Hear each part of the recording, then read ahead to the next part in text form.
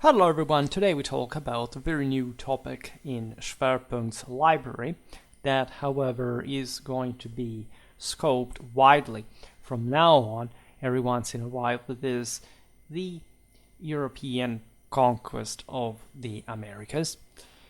A series dedicated to the conquistadores, I think, fits pretty well this channel, military, historical, and somewhat, as we'll see now, traditional and even religious background. There is, in fact, a broader concept than one could put on the fore when looking at the age of exploration. That is fortune, right? We have seen this in von Clausewitz, we have seen this in the Fortuna Kaiseris. Luck, if you want, serves as the foundation of chance events, but not all. There is an idea that luck serves as the foundation of essentially chance events, right? The mistake is thinking that anything is by chance as much as anything is simply predetermined, right? Traditionally speaking, free will and determinism are both true and existing. Your actions take on an absolute, infinite, right, metaphysical relevance, shaping the very fabric of history. And nobody can enjoy the fruits of fortune without virtue. Success always stems from divine grace and the virtue that has deserved this. It's very difficult not to see in the Spanish conquistadores of the 16th century such a relentless pursuit, right, of their own objective, of will to power, in the accomplishment of enterprises that seemed hopeless or too great, right, to be achieved, right. You can appreciate in this band remarkable historical narratives stemming from each of their story, and recognizing how vital it is in seizing unexpected opportunities, the active transformation of these into pathways to achievement. You can almost sense this again in the aforementioned Clausewitzian idea that it doesn't matter how dire the straits in which you find yourself are, unless the situation is completely irremediable and going ahead will not make but worse, which is of course difficult to simply assess at some point, but if there is still something going, von Clausewitz says, don't bail out. Follow your plan, stick to it. It's going to be hard. Actually, it's going to be the hardest in the most critical moment before victory. We know that in every battle it is this culminating point, in every war, in every campaign. We have observed how in the Fortuna Kaiseris, Roman religion tells us clearly of fortuna mater et filia deorum, that is to say, a power that, if properly handled by the fighting hero, can make everything, right? As much as everything, if poorly handled, can collapse from a moment to another. Of course, by the Renaissance, that was revisiting actually such ideas, the world as a whole had sort of stopped believing at large that, say, of course, humans could save themselves by themselves. This was true, in a sense, as a Christian dogma, even though the concept was always liminal, and especially in Catholicism, the idea that works, to an extent, do contribute to your salvation was surely a very strongly inspiriting ideal, right? To some extent, the Protestants were sort of reflecting on the infinity to gap, to the point of taking a pessimistic idea for which works are completely worthless in perspective. And so over these theological ideas, of course, the battlefields of Europe were spread with a lot of blood from both sides, showing, regardless of the core matter, how, of course, like some traditional valor existed from both sides, again, regardless of the strictly theological issues. What you observe in the Americas is something instead dramatically and disproportionately unbalanced, right? Ending up in this enormous carnage and extermination and essentially destruction of the pre-Columbian civilizations, if so we can call them, by the way. The Incas we will be looking at this point, given that our first conquistador to be covered on the channel is Francisco Pizarro. You can almost feel that sort of de remedis utrusque fortunae that, for example, Petrarch was writing about a couple of centuries before, while corresponding with an Italian friend of his that was a sailor, one of those Iberian expeditions, already scoping the Atlantic and like reflecting already on the presence of new peoples that had not been really encountered yet. And there is a bit of mystery and fascination with the entirety, of course, of the globe and the peoples inhabiting it since the times of the contact with the Mongols to, of course, like probably the earliest times in antiquity, as far as these philosophical, anthropological, and geographical ideas are documented. Today we cannot simply introduce that, because otherwise we would never end. Surely it's a type of topic that we have discussed here and there.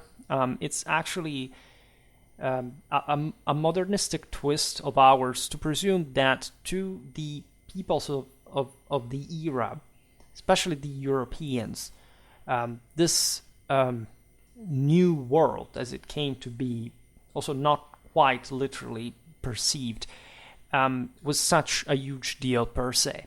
You know that Columbus essentially discovered America, that would be named, unfortunately for him, after, as you know, the other yet Italian Amerigo, in fact, Vespucci, as just a broader project of crusade, right, that had essentially to catch the Muslims from both sides,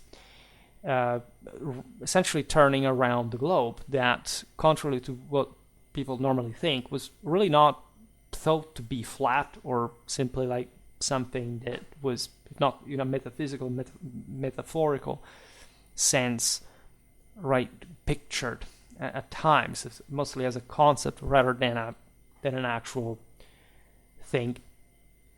This is not yet the point. The point being that Europeans were so successful in the world in the centuries because of the actual confidence that they had in the divine mandate to rule over the world.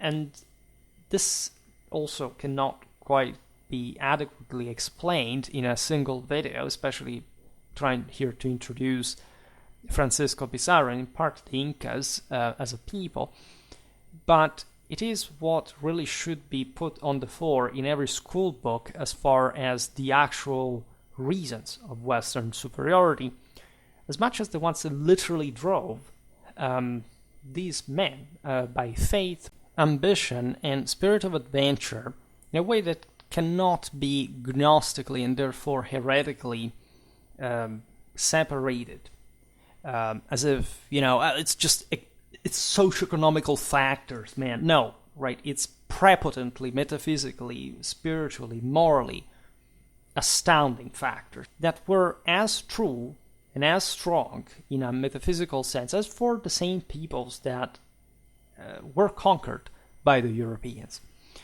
And that, of course, had the worst of it because of the fact that they weren't, in fact, as developed as them, but in ways that go far beyond having, horses, plate armor, guns, or even illnesses from their side. It's something else, right? And there is a debate, in fact, as far as the Incas are concerned, of what would have happened if Pizarro had entered their territory, had they had not been engulfed into a civil war, for example. But the mere fact that this was the case also reflects the degree of frailty in front of the Western conquerors that, in this case, were going further west than their own west, but that truly had been carrying with them now the spearhead of world civilization and development. The fact that some people don't like this narrative doesn't touch me. It's important to appreciate, of course, also that the religious beliefs of the indigenous populations of the Americas, which is something I'm actually going to do to prove also that there is all, in fact, a universal standard. You cannot simply, okay, this was unfair. No, it wasn't unfair, right? There is always, like, where do you draw the line? What can a person do in general, right? Of course, if you're a structuralistic, deterministic, materialistic person, you will see exclusively that side, but here we see the both of them, and of course we acknowledge the fact that a thing stays there until someone takes it and does something with that. And so we are trying to be as real, as objective, and as absolute as possible. So it's difficult to start talking about this. Of course, we'll reflect more on the Spanish, on the Incas, right? For example, the height of the latter's power brought, paradoxically, and this reinforces the point I just made, like to the meeting with these newcomers arriving in floating houses, as the larger European ships were described. At the time, the Incas' population is thought to have reached 16 million. The Incas were a very developed society for pre-Columbian standards. They had formidable, battle-hardened armies. I could actually start talking about these, right? There is really a lot, like, unfortunately. However, the basic differences are very scarce, right, for all these various armies. It would be more like an anthropologist's work, right, looking at how, this guy was represented in this manuscript or in this description, and realizing that we're all pretty much the same. So up to this point, I crossed out this from the military historical unit series. It would be interesting because of the same conquistadores, of our people, soldiers, the Creoles, and more. However, let's see where Schwerpunkt goes, and perhaps there can be room for that as well. In any case, we can make more thematic specials, observing at the very interesting indigenous warfare before and especially after. I think that's the most interesting part of the story, the European arrival and conquest, because much of these populations began to develop very fast, right, and gapping the sort of at the best of their possibilities the distance with the Europeans, right? There are some accounts of conquistadors observing that, some natives has started to fight as thickly packed and ordered with pikes like the Langsknechten did in Europe, right? So there is an extremely fascinating sort of military, historical, anthropological, and cultural background to analyze. We can't do it again today, even as far as this is concerned, but just know that probably some content of that kind will arrive sooner or later. Definitely the Incas took pride in their rich heritage and vibrant civilization. However, as we will see throughout the series, in only 2 hours, their empire was decisively shattered by a Spanish force of fewer than 200 men. And I think that this, of course, in many ways tells a lot about the solidity of such statal realities. One has to understand how they work. Once you understand how they work, you can admire them for what they were, for what they had accomplished with their means, but also cannot deny the radical disproportion of moral force and quality involved, right? And the difference between the two, like the differential is insane. And again, this could have not happened otherwise, even when you understand that the odds were paradoxically balanced in this regard. And so you see here, things could have gone in another way, but still the fact that, at least in this case, and there is a systemic trend here, that the fact that the other side prevailed, that cannot obscure the fact that the odds were balanced, even with much less means from, in this case, the European side. And so you have to appreciate there's some deeper metaphysical difference. Now, the story of the Incas represents not only an extraordinary tragedy of misfortune, so something that was probably not exploited in that very spiritual sense, and indecision that consequently crippled everything, but also the remarkable saga of a man, Francisco Pizarro, who reshaped history by harnessing courage, determination, pride, and ambition into a national fervor. Right? The Spanish were extremely involved in this new world, not just the Americas and what was opening spatially to their conquest, but the new world of the Renaissance and the incredibly tormented relation, in fact, between God and man, and the exploit that these people had from a military point of view, also on the European battlefields with the famed Tercio, and so this extraordinarily professional, voluntary, and permanent force illustrates how they had literally been spearheading, right, the European civilizational development. A decade before the close of the 15th century, the Spanish, along with other major European powers, were urgently searching for new avenues to maintain the trade and wealth that had flourished in the previous century.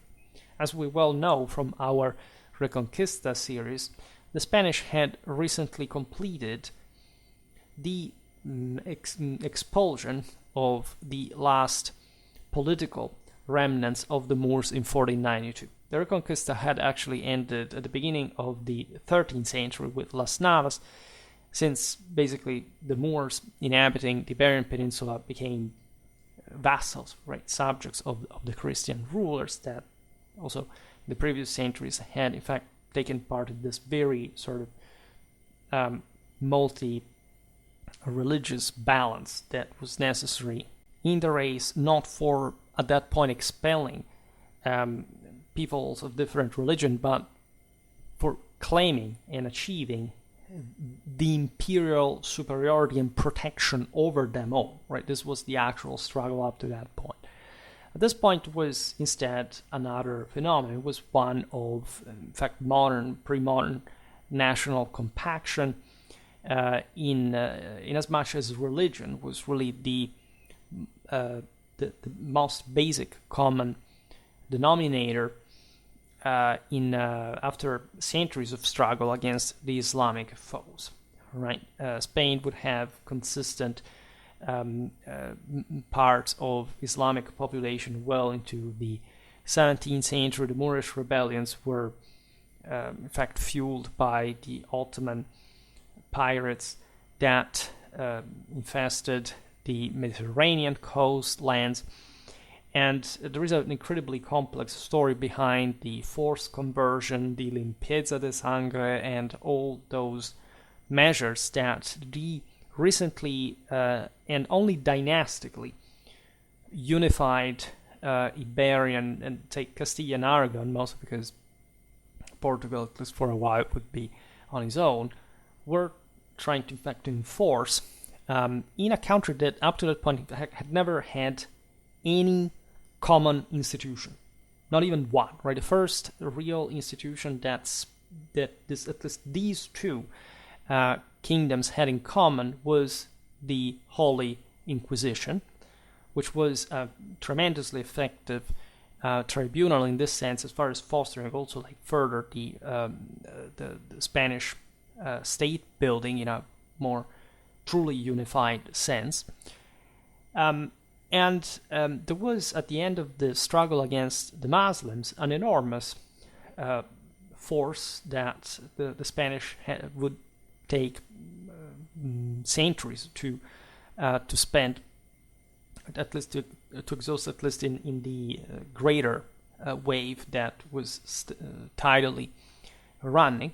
That's how they essentially won the Italian wars. That's how they would go on, as we will see now, to take over at some point like almost all the Americas before even other Europeans took it over in other parts, and being very close also to conquer England, which would have also put an end to Protestantism in Europe, because essentially like it's extremely unlikely that Scandinavia would have at that point even continued into this confessional path. Let's put it in this way: the Dutch revolt had no chances whatsoever without England, and so here we're looking at a might that also on Schwerpunkt I'm objectively embarrassed not to have covered at large. It's just an accident. I can't tell you, because in the Modern Warfare series there is actually a lot in store about the Tercio, the Spanish warfare in general. And actually, I chose the series here to really start talking more about Spanish military culture in general. I will resume also a bit the series on the Armada that deserves very sort of in-depth attention. The main problem, however, for Europe, as you know, had been the fact that Mediterranean trade was increasingly threatened by the rise of the Ottoman Empire. That we don't need to introduce. I have a pretty large, especially Ottoman warfare playlist, and we have also seen what happened in Tunis, Algiers, Italy. We have an entire sort of branch of that dedicated just to Vienna, 1683. And so there's so much to cover also as far as that is concerned. I will not digress now on the question, how far could the Ottoman Empire expand in the West? I think that there were precise boundaries that were in fact met with, at least with, that needed to be tested in that way, because surely different battles could go in different ways, like the same Vienna or Malta, or the two Viennas actually, or I don't know, the same Lepanto, for example. Even an Ottoman victory like the one of the Cretan War basically bled the empire wide and opened to a very, say, in hindsight, almost irreversible process of crisis. Spain had this position that obviously projected it better than anyone else except Portugal towards maritime exploration. And also just for the enormous basis that the Castilian and Aragon together had. It was an immense territory with enormous resources, including very militarized ones, as we've seen. The Reconquista had produced this gentry, the hidalgos, to which just like a consistent fraction of the adult population belonged, and the male side fit for war, like could produce, in fact, an incredibly drilled, motivated, and sort of aggressive and ambitious soldiery that, in fact, is the one that you will find fighting in the Tercio, basically all over Western Europe, and very successfully. A populace inspired by Portuguese explorations along the African coast and motivated by the ideals of the Renaissance intensified the urgency to explore new opportunities for growth. And Spain was, of course, during this time fueled by this extra evangelical, really fervent missionary zeal. Spain was seeing herself as victorious in a cosmic sense, because for this country that had remained, if you want, and unavoidably sort of a system on its own within the Iberian Peninsula with this very specific dynamic and dichotomy against the Muslims, really a Christian gluing factor overloaded with military confidence and accomplishment at this point of the struggle, needed, as we've seen, to be channeled somewhere else. Right? The expulsion of the Arabs had established a new orthodoxy within the Spanish Church. This shift not only brought about the Inquisition, that as we were talking about before, but also heightened enthusiasm for further conversion. Nowhere did this passion take root more deeply than in the regions inhabited, of course, by people who had never heard of Christianity or any other form of European civilization. Naturally, it's important not to romanticize this much further. We should make more videos about general early modern history in this case, and observing, of course, like the incredibly dark and violent and greedy and unregulated, especially, work carried out by these conquerors in the Americas. Like when you look at Charles V, the papacy, etc., it was a relentless effort to actually make the conquest of the new world, towards which the ambitions and the energies of the Spanish people were largely as successfully directed in a much more regulated, harmonious, and controllable way. It was a huge problem. The vice realms that were founded in the Americas were sort of massive dominions that would enjoy an incredible autonomy from the motherland for a very long time, and that were also quite difficult just to control internally, because if you were again a successful conquistador with that Hidalgo's mentality and wanted to start lording over these savages from a fortress well guarded by your masnada, let's say, and just being out there doing whatever you wanted with that, well, who could really dislodge you, right? Everything was very difficultly compacted and brought together, and that eventually in just say a couple of centuries, most of these countries would break away even from the Spanish, from the Portuguese, and other powers that had taken part of them at large, and therefore showing a bit like the still given the general standards of civilization, like the overall deficits that of course existed in these countries ever since their foundation. That's another issue. Never talked about colonialism, and it's not a topic that, other than the military side of the story, I plan to discuss just per se. But of course, it must be understood also in that imperial and traditional sense, and it's sort of like the speed of it, these radical changes, makes you understand how sort of say the sacred vanish in the heart of men so rapidly all over the globe, by the way, not as a cause of this policy per se, but just the implications of the fall, and how this, of course, like the double-edged nature of power in the first place. In any case, going back this beginning, right, it's obvious that the aforementioned blend of economical, political, and religious motivations, combined with the intense curiosity fostered by the Renaissance spirit of inquiry, created a vibrant atmosphere that naturally birthed the age of exploration. By the way, the Renaissance ideal, the Renaissance man, I discussed in other videos in a traditional guise, which sort of highlights what the true meaning of the Renaissance was classically and traditionally, and so how often we sort of misattribute to it some specific, in fact, characters of anti-tradition, whereas it was, if anything, the opposite of it. As we were saying before, like Columbus sailed just like that. Although the significance of his initial voyages was not immediately apparent, within a decade, the discovery of new lands and wealth invigorated the Spanish spirit in a way that was unparalleled in other European nations. The Spanish recognized that they had finally done well to fund Columbus' expedition.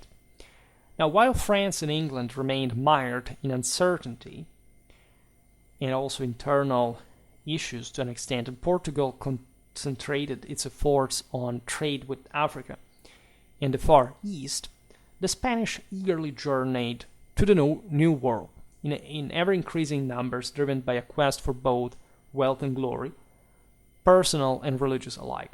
Personally, I think that the Portuguese Empire was incredibly, unstable. Just it had developed in a remarkable, admirable way, in a truly commercial and geographical sense, but the actual capacity of keeping it alive, right, and competitive against other countries was not really that feasible in the first place. And it's the Spanish that really have the lion's share, as we understand. And this definitely stemmed from the conquistadores also as the particular Spanish embodiment and declination of the Renaissance ideal, with a spirit that was definitely, in fact, the Iberian one, rudimentary, crude, and brutal, like Western countries that sort of developed further. We've seen in the video, for example, about 14th, 15th century Iberian armies. Like it took a bit like France and England also to spread some sort of more updated models. Like the Iberian Peninsula is not just per se, let's say, qualitatively resourceful at this time in history. Like it's less populated than other areas. Some large parts of that are still very, for example, pastoral. The urban development is also not at the peaks of other areas in Europe. At this point, in fact, had the lion's share of Renaissance proper, right, in a cultural, economical sense. But again, this particular cut would be incredibly successful for as far as the conquest of the Americas was concerned, and especially this enormously, to some extent, even expendable resources would, like a magnet, immediately attach to this enterprise that allowed, in fact, for enormous riches, hopefully, to be obtained in the process. It was really an incredibly brutal, thankless, and dangerous affair. In fact, very few conquistadores overall came back as rich as they would have liked. Nevertheless, they contributed to expand Western civilization, in fact, in these mysterious worlds that, as we'll see now, still harbored a way of life that the same Europeans were likely struck by some elements of primal, relation with the divine, to the point of rendering the same Europeans aware of the height of their global role at that point. And the conquistadores were individuals who held definitely a deep commitment to personal reputation. That Hidalgo's mentality was very much aristocratic and romantic to an extent. Like if you've read Cervantes, Don Quixote, and sort of that anachronistic sort of mentality really did belong to many of Spaniards at this point in history, was that sort of proud, even arrogant, and always up to a fight. In fact, the conquistadores formed a veritable cult of the individual. Their courage and daring were almost unbelievable objectively. Like even just, accepting to cross the Atlantic at this time with those means, or even worse, getting into the depths of the yet Europeanly undiscovered Americas with such poor means and without any sort of comfortable mean without which most people today would sort of die instantly, I suspect. It's something nothing short of legendary. especially as far as the indifference to that very suffering is concerned, right? If you want to measure how much of a worthless piece of trash you really are, in an absolute objective, moral and scientific sense, evaluate what these men did, right, and how they lived and died, and what they accomplished and for what reason, and then compare it to yourself, right? It's exactly getting that depressive effect on you that hopefully sort of will bounce back with some decent purpose that you can spend maybe for a day and a half, and then coming back to your misery. But yes, you're not better than a 16th century person. You really aren't, right? Nor mentally, nor physically. You're nor more intelligent, nor more capable than them. And never make the childish mistake of thinking that you are. Because the reasons why you think you are is just an incredibly weak, wishful thinking sort of abstraction from reality that you have been indoctrinated to believe that makes you sort of relevant in the bigger picture, and or like just as if there was something intrinsically valuable in your existence, not in the potential of it. Something that these people, of course, did not believe at all, just by tradition. However, there were, of course, faults. The conquistadors were fueled by immense pride. They were also unruly in many ways. It's not that they weren't, very often they were also veterans, they were soldiers. But when you're out there, and there is not that crushing discipline that the modern states start having on soldiers to make them behave like a very effective killing machines in large masses and with very sort of defined objectives, like things start sort of getting out of hand, as we were saying before. This you must consider to be combined with a propensity for impulsive and often cruel actions, cultivating also this sense of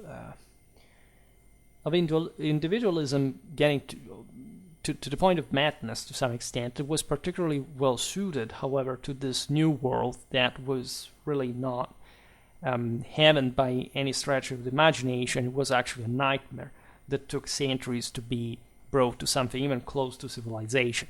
Now, empowered by a strong national ambition for expansion, as the Reconquista had proven, and driven by an unquenchable curiosity in the spirit of the Renaissance that had brought, for example, to Columbus to create his own calculations that were also disproven by the University of Salamanca. They actually knew much better than him how big, for example, the globe really was, but still, this was really made the thing happen. You see the actual detachment from an abstraction from the world. There is a difference between those who just contemplate and those who actually take action and do things. The Spanish thus embarked on the quest to establish a new empire across the ocean, and naturally this could happen only because of the support by a group of individuals exceptionally equipped for the challenge. That include not just the fighters, but of course like the priests, the more strictly like explorers, the engineers, the sort of, in this primal sense, the scientists, people of culture, right, the polymaths of the Renaissance. And this all shows you like the real civilizational treasure that Europe was bringing to such lands. And they're really the conquistadors' remarkable success serves as a testament to the relentless determination and ambition of a people who knows how to accomplish himself, right, and actualize itself. By the dawn of the 17th century, by the way, there wasn't practically a French or English control in the New World. It was entirely under Spanish dominion. And this makes you reflect because, of course, there was a lot of infiltration, of course, of French, English pirates, privateers. But of course, there was a way to mold these immense territories that was completely anew, like in the history of civilization, and sort of it never happened again. At least also the other territories that were eventually discovered and colonized did not have the same extension, also in relative terms to the means of the conquerors. So it's really a unique story that must be told also quite carefully. But let's pass to the other side, right? Let's talk about Peru, which is one of the also most visually stunning countries in the world.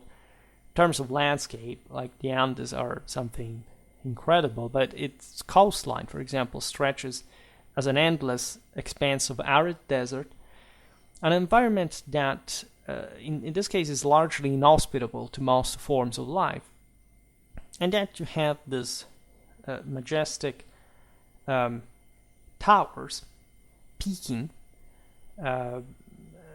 over this barren landscape, reaching heights of 6,000 meters. Think about the Aconcagua. And nestled between these formidable ranges lie numerous fertile valleys, where rainfall is abundant.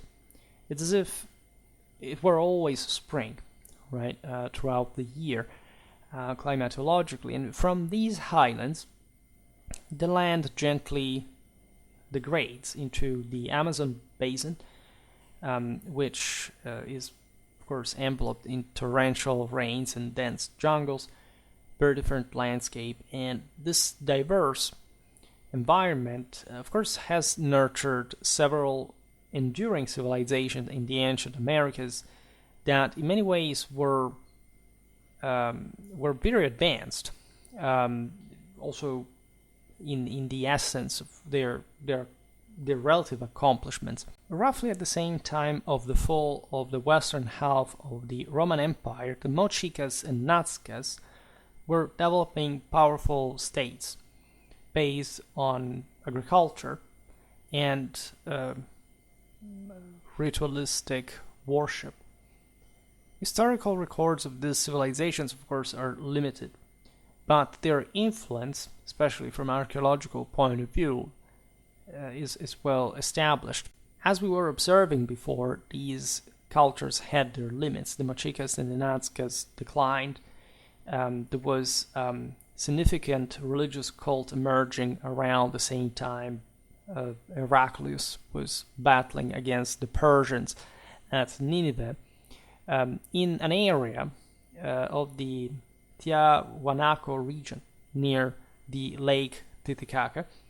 These different centers of power, as you understand, shifted on the basis of what was, limited surplus, and so with some interference between the various communities that could sort of easily change in dominance. From the latter type of spirituality, focus group arose the Tiahuanancas, in fact, the first indigenous people to exert complete control over the entire region. The first people to extend control over the entire region, right? Regardless of the intensity and again the stability, but still geographically completing for the first time this domain. And the empire made religious proselytizing an integral part of their culture, although it did not last long. In fact, by the beginning of the 11th century was already gone. The Tiahuanacan state set an important precedent that would inspire the later rulers for the unification of the entire Peruvian region. We are around the 13th century when a group of people emerges from a remote valley in the southern highlands of Peru. Owing to the legends surrounding their origins, we do not know too well, they came to be known as the Children of the Sun, which is the Incas, in fact. Incas referring to especially like the guy who would become emperor. So saying Inca Empire is sort of strange, like the emperor's empire. But the connection with the sun that we have observed in our videos about sacred royalty is very much present in the Incan religion, in the divinity of the Inti with which the same ruler identifies. This is a solar figure that marries a lunar one, and then there is a superior principle and like the entire say symbolism revolving in fact around this Apollonian idea. And that's the term Inca, in fact, through which we know the same civilization. Although the Incas lacked a written language and had no knowledge of the wheel, for example, relying instead on foot transportation and the backs of llamas, considering also like the quite impervious highways that they crossed along the Andes ranges, they nonetheless managed to build through this form of communication an expansive empire. Right, this achievement stands definitely as a remarkable testament to especially their exceptional organizational skills, which are even greater when you think, as we'll see now, that how, say, we can't talk of states and even empires, but realizing that the control was fairly feeble, right, on the local communities. It was a lot of decentralization, a lot of autonomy. And so you have to look at the spiritual, religious beliefs of these populations to understand even what properly they saw the nature of power like, to accept it in this form.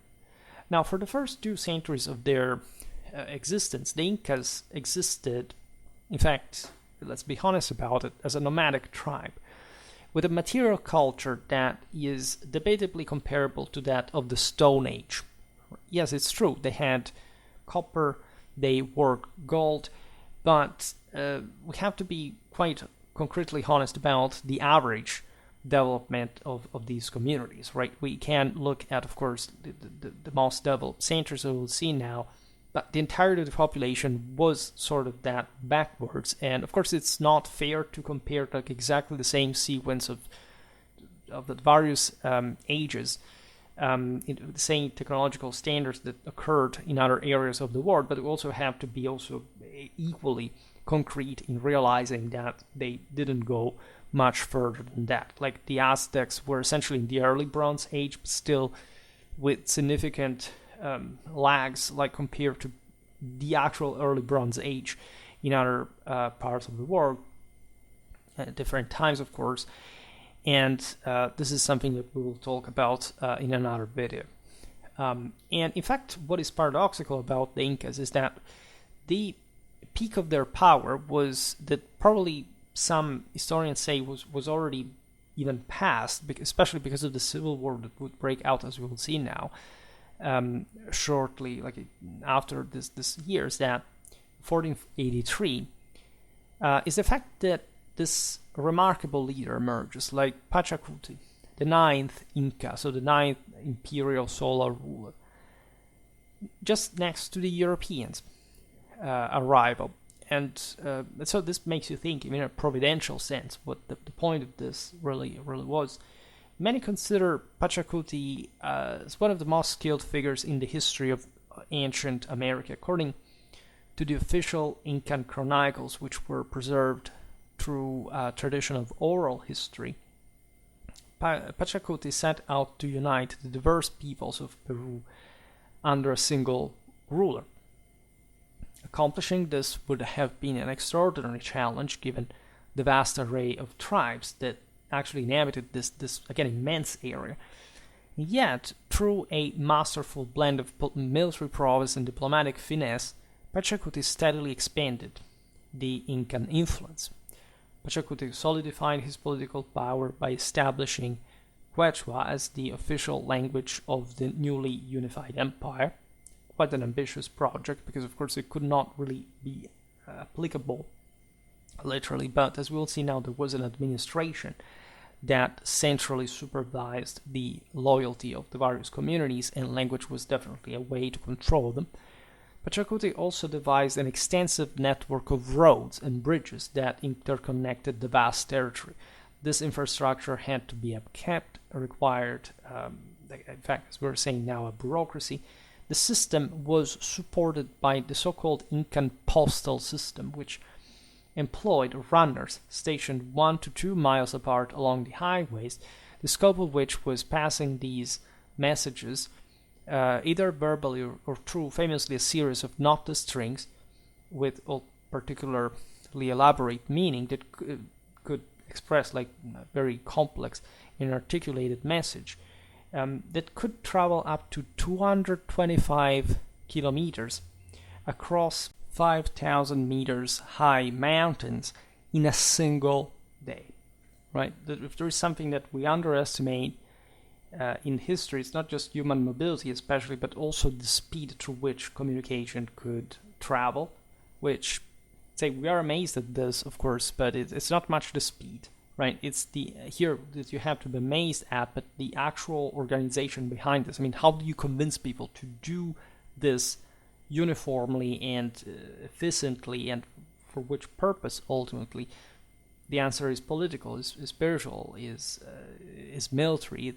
It's a lot of things, but be aware that if these people wanted, they could have their messages travel very, very fast. And this was also the most efficient communication system of the time in the Americas, allowing the Incas to maintain this firm grip on both the political and military affairs of their sprawling empire, which extended, as we've seen, in latitude over 4,000 kilometers.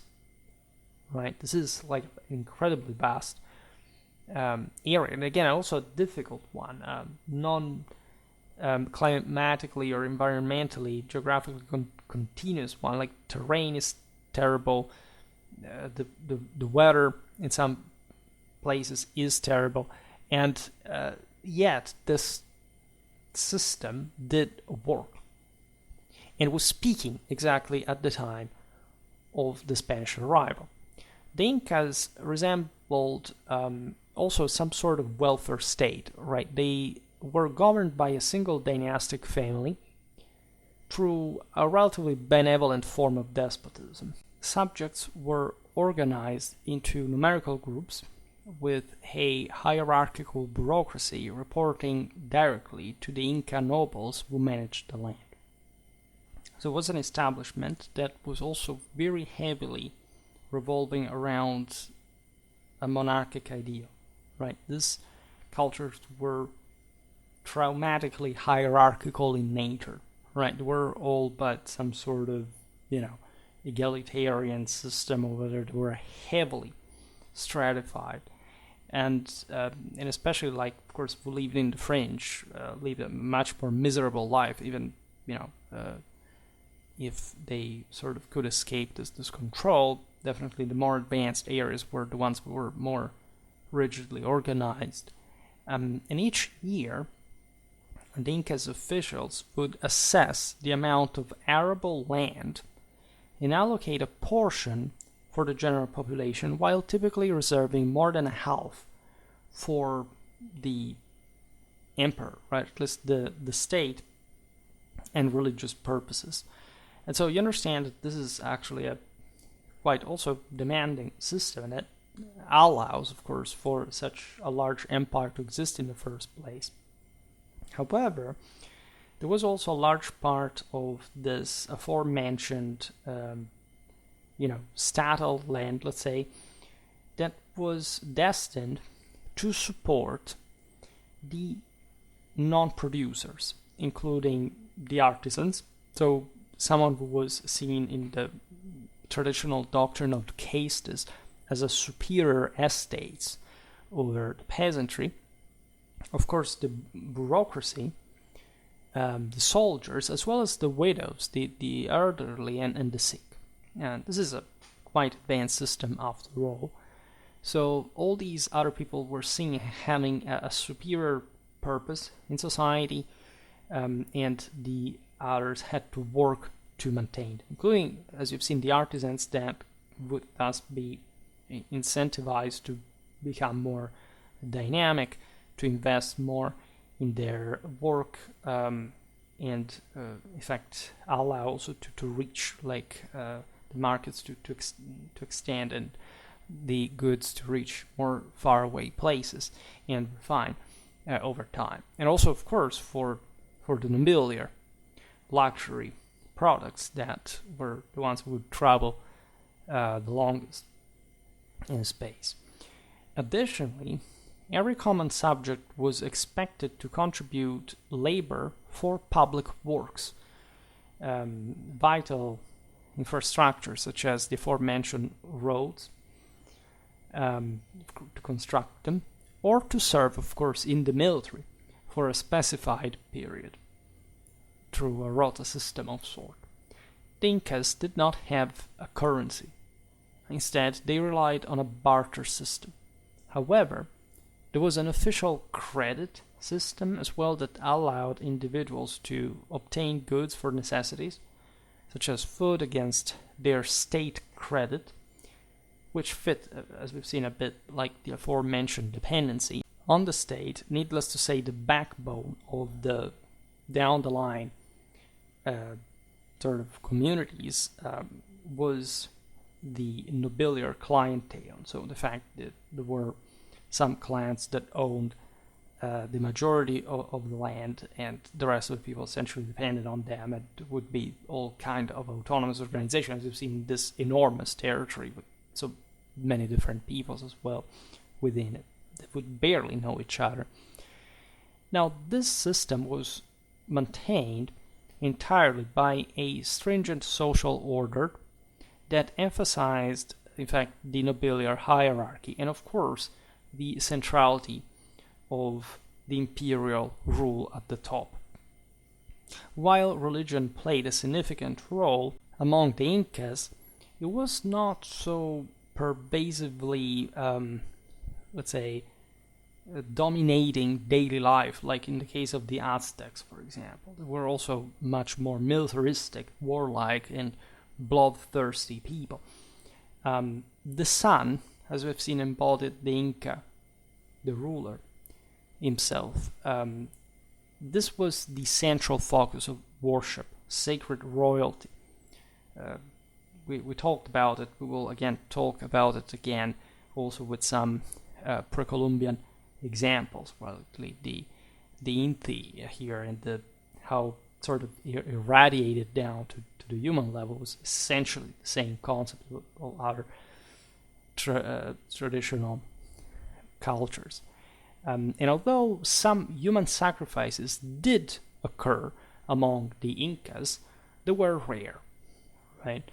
Rare as compared to the Aztecs, that, as you know, had probably a massacring system at work for satisfying the divinity and keeping fresh and alive that warlike tension.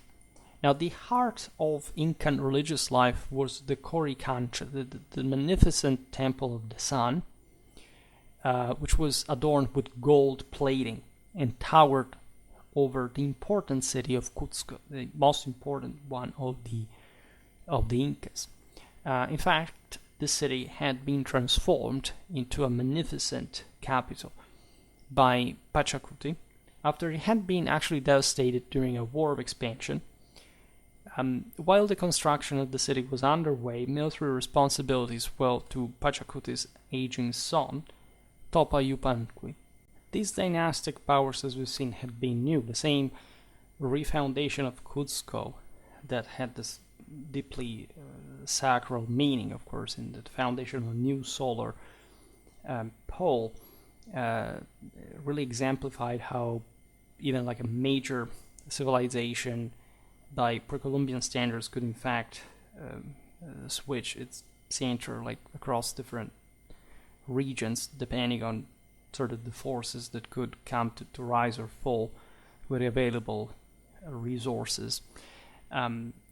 Talpa initially had this interesting military career, he moved north into today's Ecuador, where he integrated with the Chimos that were the successors of the aforementioned Mexicas into the Inca Empire. In other words, he conquered them and integrated them into this imperial system. It was the Chimos who contributed, by the way, the grand splendor and opulence that so captivated the Spanish, as we will see now, because they were not just closer to the Spanish, but also aware of the Inca power, even if so far away from their real center. So they became a bit like the media, right, of this. Unfortunately, in fact, they were also the ones who informed the same Spanish about the Incas for the latter, right, and facilitated Pizarro's passage through northern Peru with little resistance to partially shake off the Incan yoke from their shoulders and getting under the Spaniards anyway. So that there wasn't much of an alternative. At least you could be temporarily recompensated. But Topa then advanced south into the valley of Chile, only halted by the fierce Araucanian locals, who had an interesting type of warfare that we will perhaps study more in depth at the time. To the east, Topa expanded into the Amazon basin that begins together with the massive forests, and to the west it is said that he ventured by sea, and this is the thing, it is said that he ventured as far as the Galapagos Islands, right, that are off Ecuador, in the Pacific Ocean, in search of new territories to conquer, as if, he had sort of mimicked the Europeans in that, but we are also not too well informed. Don't underestimate, of course, the capacities of these peoples, and again, especially their mobility. There had been trans-Pacific contacts historically since millennia, so it's really nothing strange, right, to see it in perspective. But of course, the bulk of the Incas, political and territorially, was destined to remain Southern America in the bigger scheme of things. Actually, this system, as we'll see now, would start falling apart even before the Spanish arrived and actually took advantage of this very crisis. By the time Topa Yupanqui, that was now the 10th Inca, died, we are in 1493, quite meaningful year in this whole picture, the Incan Empire, in fact, seems to have reached its peak, right, in terms of territorial control, the immense wealth that could be levied from this. Yet, even as Topa lay on his deathbed, ships from the east were bringing now another civilization that, in the span of a generation, would obliterate the splendor that had been painstakingly built over the years. Topa Yupanqui was succeeded by his legitimate son, Huayna Capac, who would become in fact a glorious and magnificent Inca, really incarnating the essence, if not of the sun itself, at least of one of its descendants.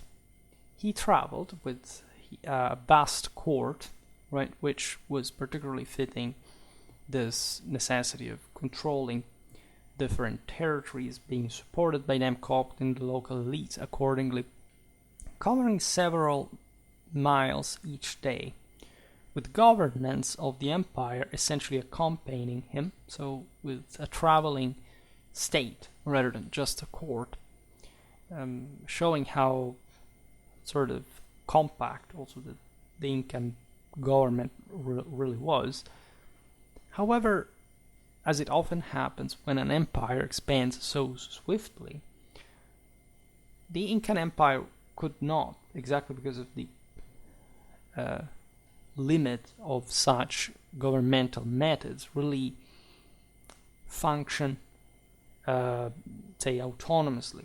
And nobody could really think that this system could hold for too long, right? The empire was of course, intrinsically linked to the Inca, but in the absence of the ruler, no administration was really in place to maintain control. It was just a system of clienterly cooptation, and if any crisis appears on the horizon, the system is going to collapse.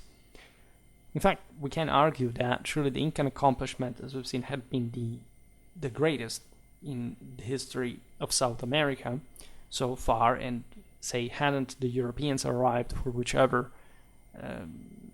say impossible reason, evidently the basis laid by this empire would have helped, like coalescing different, say, larger centers of regional power that would have at some point also recompacted more or less along the same lines of the Western Southern American coastland. But the history that matters is the one that happened, not the ones that could have. The Incas had, of course, heard in the following decades of these strange men in the ships.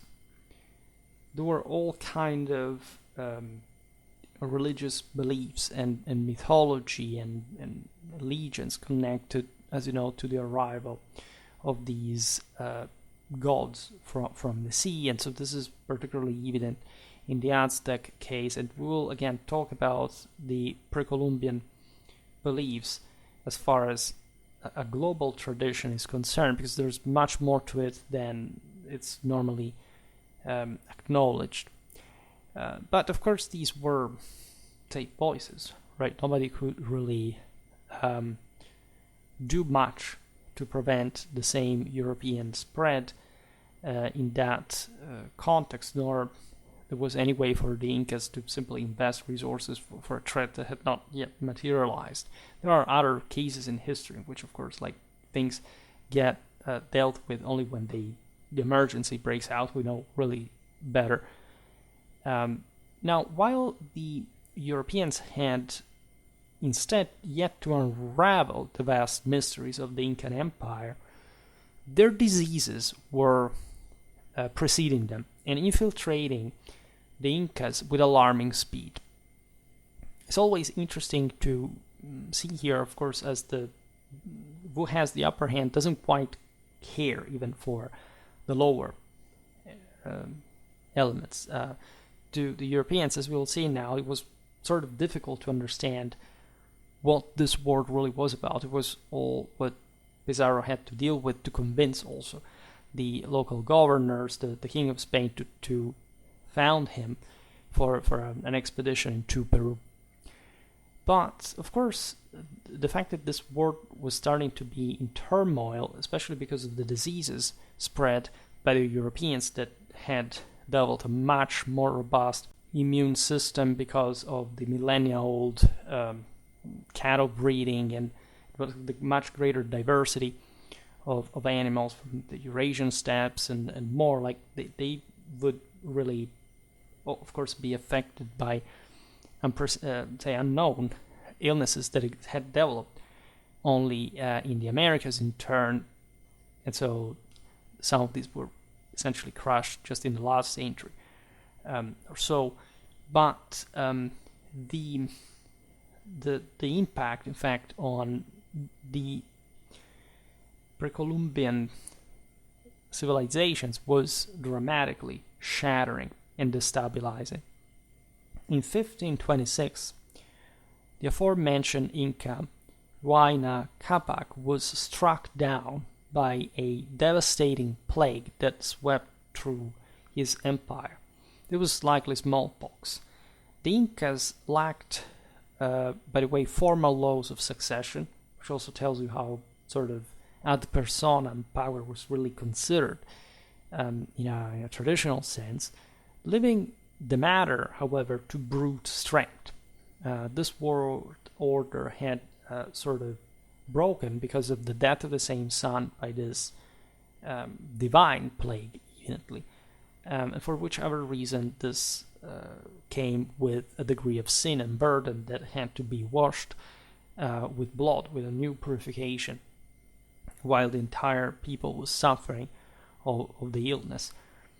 And this lack of clarity led obviously to a civil war that helped dramatically the Spanish to take over this immense territory. Huayna's eldest son, Huáscar, took charge in Cuzco, while his half-brother, Atahualpa, commanded the army in Quito. There is a tension between these two, in fact, half-brothers, because Huáscar is not just the eldest son of Huayna, but also the legitimate one. Atahualpa, instead, would become more famous for obvious reasons, knows the story, was likely an illegitimate son that the emperor had conceived with a woman from a newly conquered people. Although most people favored Huáscar also for the same reason of legitimacy, in the fact that it was a Cuzcan, so he really was, just by age, like the most important son. As we know, it was ultimately Atahualpa and his troops who, after a series of striking victories, defeated Huáscar and advanced towards the same Cuzco. To the Cuzcans, Atahualpa's forces were known as the Quitans, essentially the outsiders of the situation.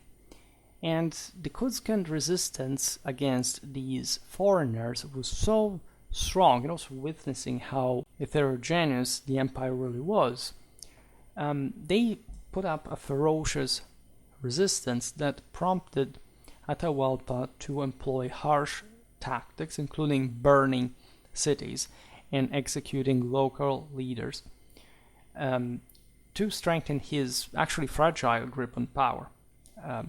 Huáscar remained free at this point, and so there was a sort of deadlock. Atahualpa's brutal methods essentially triggered a massive, disorder, plunging the empire into chaos, with factions on both sides battling for control. Essentially, all the peoples that had been subjected by the Incas now said, okay, we want to regain our autonomy in part, and or participating in the system. And this is the right moment to make leverage. And this essentially began to make the same empire fall apart, all while the Spanish were essentially arriving. And this is why we have to talk about them now, how Pizarro essentially got there, and the preconditions that allowed for the conquest of the Incas to happen. Francisco Pizarro was born in the 70s of the 15th century, likely 1475, in Trujillo de Extremadura, in southwestern, if you want, central Spain. This is central Meseta, essentially.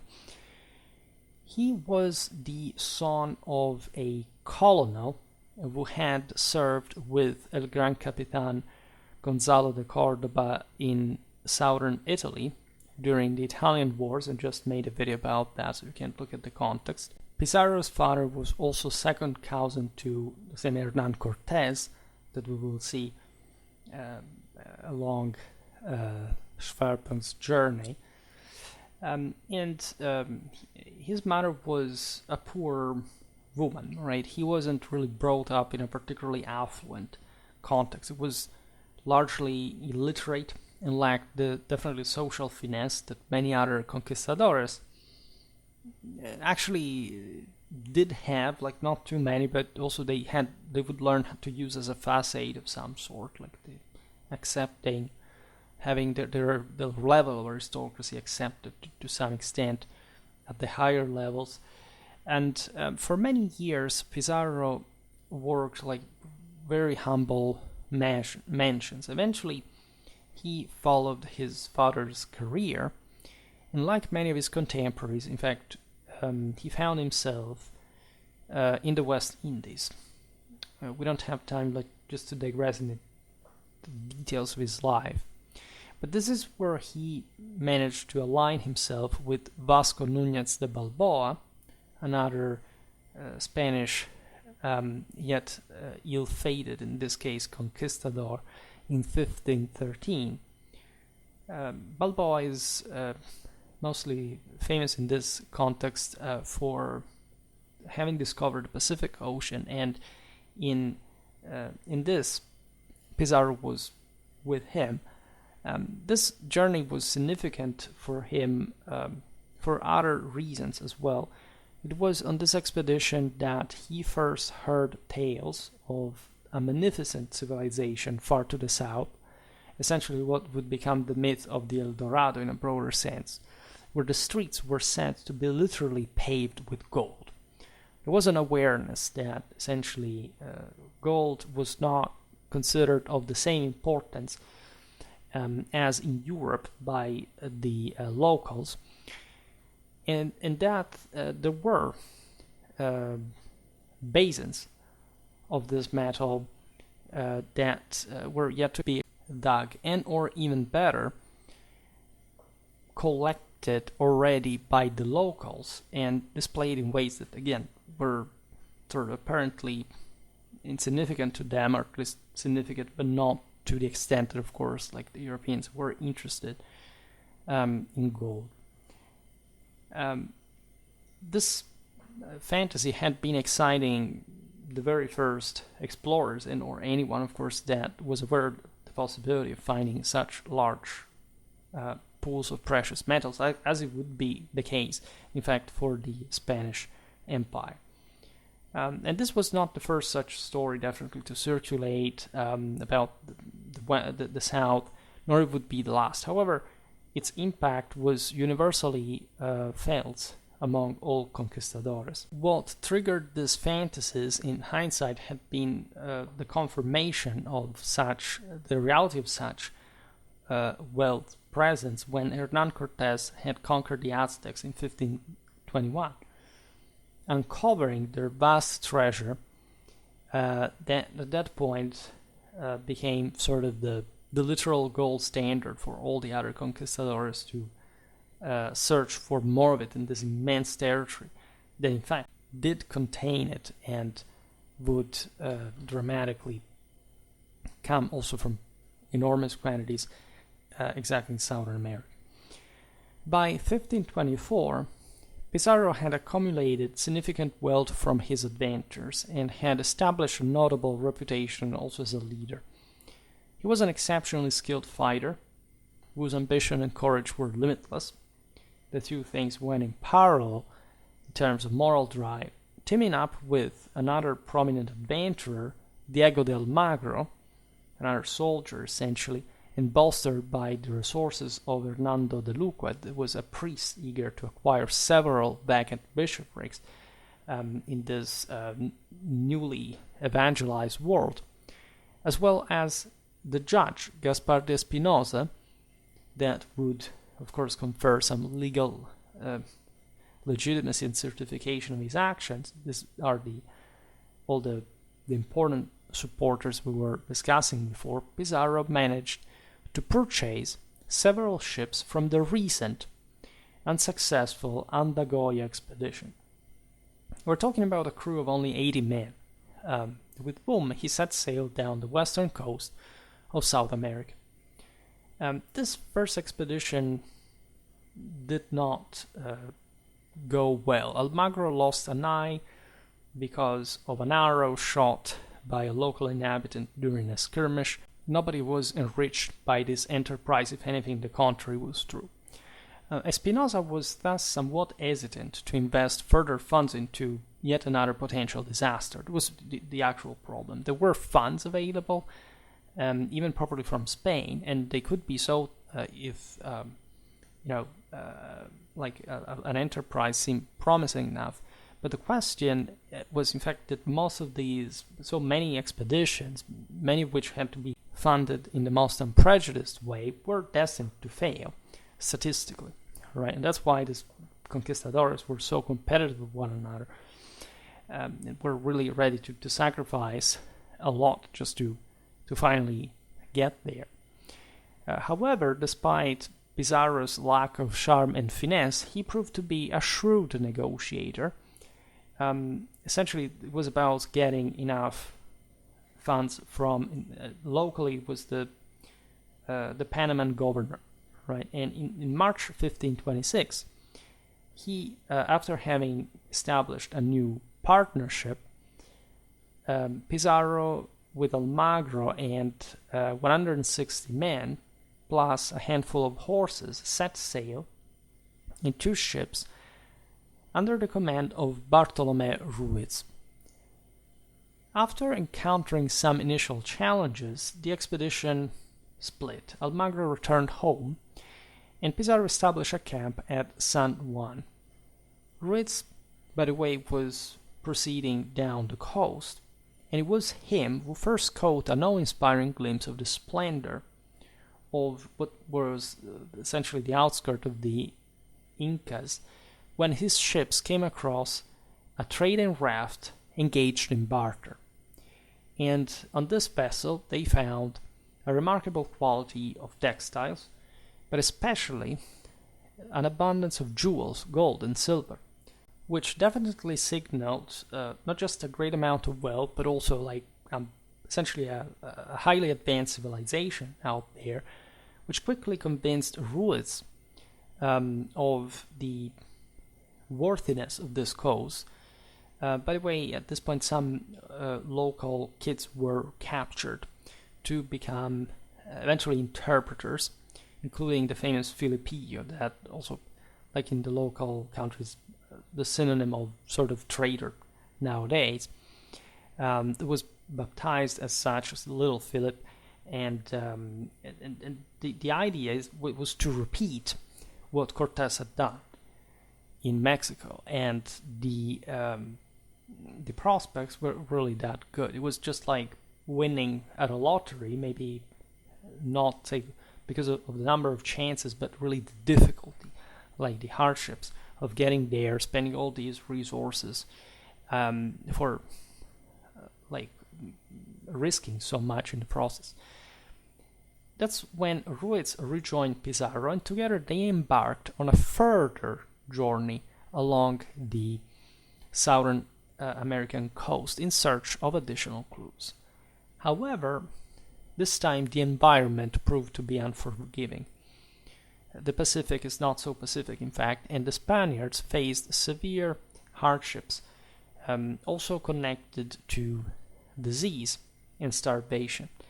In response, an urgent plea for assistance was sent to the aforementioned governor of Panama, who, learning of the pitiful condition of the expeditions, allowed all those who wanted to leave to return freely. Because these expeditions, as we've seen, had to be certified and were, as a consequence, just under, say, to the governor's authority, just under royal authority in the New World, and therefore also under military discipline and martially judged, right? So upon receiving this message, Pizarro stood on Isla del Gallo in this famous episode of the 13 Men. Essentially, this expedition was hijacked, right? Pizarro confronted the members of the expedition by drawing a line in the sand, and he pronounced words, "There lies Peru with its riches, here Panama and its poverty. Choose each man what best becomes a brave Castilian." And 13 men, Los Trece de la Fama, or Los Trece de Gallo, in Spanish the 13th of Isla del Gallo, crossed, of course, the line and joined the expedition, accepted Pizarro's challenge, allow him to press on, also against the governor's, let's say, wishes that were the ones to save actually from this expedition and try to avoid even this act of insubordination. This is, you could argue, how it really began. The expedition continued its journey, and in the following year, Pizarro's persistence finally bore fruit. And it's sort of all fancy and sort of exciting told like this, but imagine to be literally out there and having these few resources being severed from civilization, not knowing who the locals are. They're powerful people, and you're basically on your own. And think about probably the times, like the gaps in between this, all the moments spent wondering anxiously what the hell is going on with this enormous difficulties that, as we've seen, had put like a severe strain already to the unity of the group. It's terrifying. It's a nightmarish experience. But that's exactly when these men are to be evaluated. A small group of Spanish adventurers sailed essentially across the Bay of Guayaquil, that is now part of present-day Ecuador, towards this pleasant native city on the opposite shore. And this was at least a reassuring episode, because the local inhabitants, first of all, established like sort of positive relations with Pizarro, who also behaved sort of calmly. He wanted to show them that no harm was intended. And in fact, the Spanish emissary to the locals arrived bearing gifts of pigs and chickens that, as we've seen also in moments of starvation, could have been more instinctively used. But everything worked like the right way. Tools for survival. This thing could have escalated in something way more violent, and everybody could have died. And many conquistadors sadly ended like that. Shortly thereafter, following orders to refrain from showing surprise at anything they might encounter, this was another thing that could save their lives, right? Not really looking at what the hell is this, like I'm very interested in this and that. You didn't have to make the locals realize what you were looking for, right? Especially gold, right? And so the Spanish entered this center that is Tumbes, an outpost on the vast hidden Incan civilization that basically Pizarro knew of the existence of, at least because of its wealth, but not of its, in its concreteness, right? And had up to that point been seeking in vain. This was how they actually entered it, right? And his insight proved to be remarkably astute. Like the expedition essentially was marching throughout the city streets, and they met with this incredible sight, that is to say, glimmering in the midday sun, the gold-sheeted walls reflecting the sunlight of the local temple. Now imagine you've been searching for gold all along, and that this enormous pain and suffering that you had experienced relentlessly was all about this. You enter the city, you're surrounded by these locals. There are maybe individually no matches, as we'll see also for the Spanish later on, but that still can get the upper hand. And you see in front of you an actual building covered in gold, right? Naturally, we should have looked at these guys' eyes, what they were, in front of this, to, let's say, see if they really remain composed in front of such sight. Pizarro surely did, and commanded with great sort of firmness his men to return to the ships, right? In leaving the city that evidently was not like yet the thing, Pizarro navigated still along the coast, essentially understanding that was just a little part of the enormous wealth that he was instead coming ever closer to. And in fact, exactly along the route, the Spanish gathered additional evidence of the extensive Incan civilization. Remember, this is happening after Cortez had already taken over the Aztecs, right? It could have started with that, but Pizarro's conquest of Peru to some extent makes you feel at least a part of the contrast between the two peoples and moral dimensions better. So by mid-1527, the Spanish had gathered enough info, like they didn't have simply the means now to, say, take over the Incan Empire alone with those few men, but Pizarro began to think big in terms of plans formulation for literally a major expedition into the heart of the Incan Empire. And actually, he had gathered a lot of this, as we've seen, riches along the way. He had been, as we've seen, respectful. He hadn't wanted to trigger any sort of enmity at that point. He had taken some slaves, interpreters as well.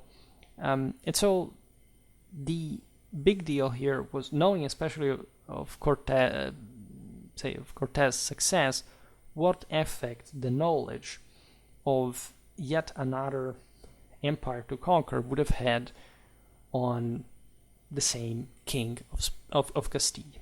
These were Castilian subjects. Remember what I said before, that to them it was the crown of Castile, and that this was actually separated from the rest of the Iberian possessions. And of course, the Spanish king of the time is Charles the first of Spain, Charles V, Holy Roman Emperor, who was in fact in Toledo at the time, so the Castilian capital, and welcomed warmly Pizarro. Charles was on his way to Italy at that point, but he gave Pizarro time to explain what he had discovered in South America. And this, in fact, interested a lot the ruler that immediately connected this opportunity with the one of Cortez over the Aztecs, and that was still bringing such magnificent treasures to the same Spain, at the same court of Charles. And Wu gave his blessing to the enterprise, right? And he actually left, again, for his Italian domains, but it was his trusted queen and wife that on July the 26th, 1529, would sign the famous capitulation that granted Pizarro this means, essentially, to explore, let's say, but concretely conquer, use also that coercive force in what would become Peru. Because Peru was just like a name given to, let's say, a part of it, but eventually came to be known as that. It was actually Perry or something like that, but okay, we will see this perhaps in the next episode. The Spanish royals had bestowed on Pizarro the titles of governor and captain general, which meant that he would have had essentially complete authority over not just the expedition, but also on the organization of the conquered territories, which evidently was already the general purpose for which the expedition was organized and funded. This also dissatisfied Almagro, that had been around for a while, had followed Pizarro as well, and that was made, however, commander of Tumbats. Was a bit of a compensation symbolically for that first encounter with the Incas. But their third partner was Luca, appointed as protector of the Indians, with that aforementioned specific task of, let's say, organizing the local church. So eventually becoming a bishop in Tumbats, and overlooking the this more spiritual affairs, even though it was all about this forcing course, the natives into order and subjection. Upon returning to Panama, that was the expedition basis, Pizarro began his preparations. In the enterprise, he brought also his younger half-brothers Hernando, Gonzalo, and Juan, that would become sort of some key figures also during the expedition. We'll see how this expedition will go.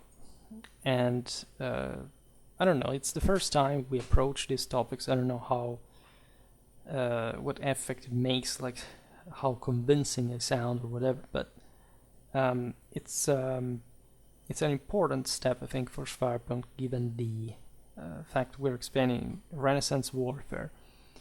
And I think this chapter to be extremely crucial in settling as far as like probably the order that lasts, let's say, in a cultural sense to this day really is, of course, with lots of in-betweens and changes as well within it.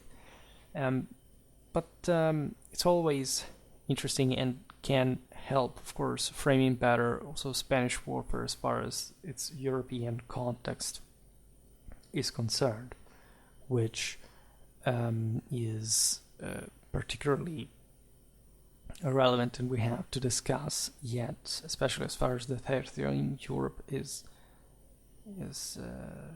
relevant, right? We will see this. Now, for today, however, I stop it here.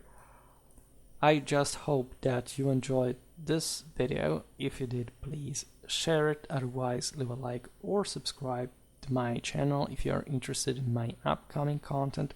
As always, I thank you heartily for listening to me. I wish you a nice time and see you next time.